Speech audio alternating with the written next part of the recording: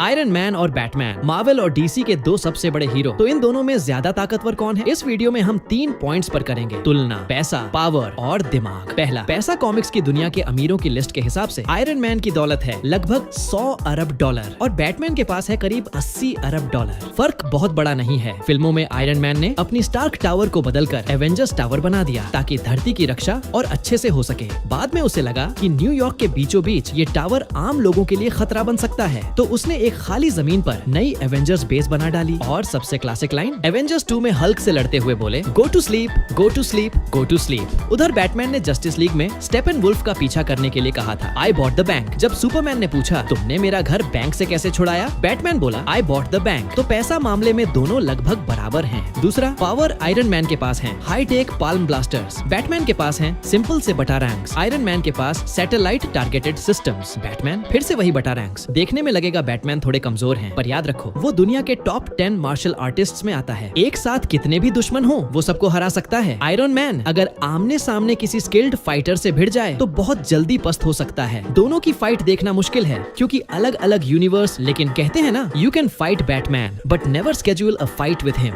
Superman जैसे बंदे को भी बैटमैन ने सिर्फ प्लानिंग से हराया था, तो आयरन मैन की बारी क्या ही होगी। तीसरा, दिमाग। कॉमिक्स में आयरन मैन के दिमाग में होती है 7वीं infinity stone, mind stone level की चीज। इससे उसने बनाए हाईटेक सूट्स, पूरी आयरन लीजन, छोटी छोटी ड्रोन्स और यहाँ तक कि अल्ट्रॉन भी, जो खुद उससे ज्यादा पावरफुल था। उधर बैटमैन ने कभी इतनी टेक नहीं बनाई क्योंकि जस्टिस लीग के बाकी मेंबर ऑलरेडी ओपी हैं। बैटमैन का मकसद है डैमेज कंट्रोल, सुपरमैन उसके लिए क्रिप्टोनाइट स्टोर कर रखा है, ग्रीन लैंटर्न उसका रिंग छीन सकता है, वंडर वुमन उसके ब्रेन में चिप फिट की है जो उसे एंडलेस कॉम्बैट में डाल सकती है। निष्कर्ष, अगर आयरन मैन टेक्नोलॉजी की हद है तो बैटमैन मानव सीमाओं का चरम है। दोनों सावधानी में माहिर, दोनों के पास है आयरन विल और जरूरत पड़े तो खुद की बलि देने से भी नहीं डरते। एवेंजर्स एंड गेम में आयरन मैन ने इन्फिनिटी स्टोन्स पहनकर थैनोस को हराया, खुद की जान देकर। उधर द डार्क नाइट राइजेस में बैटमैन ने न्यूक्लियर बम को शहर से दूर ले जाकर समुद्र में ब्लास्ट करवाया, खुद को जोखिम में डालकर। तो सोचिए, अगर ये दोनों किसी एक यूनिवर्स में मिलते तो शायद किसी केव या लैब में साथ बैठकर अपनी सारी पुरानी बातें शेयर कर रहे होते, क्योंकि आखिर में हीरो को भी आराम चाहिए। सब्सक्राइब।